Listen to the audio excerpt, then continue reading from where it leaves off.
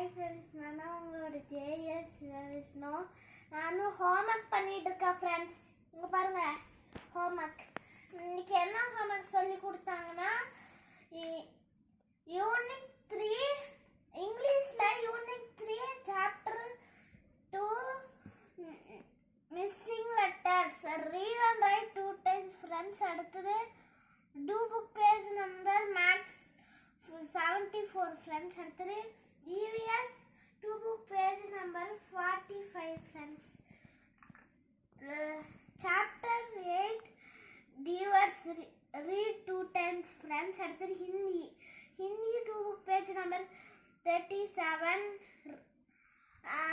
Roman number 2 read 3 times.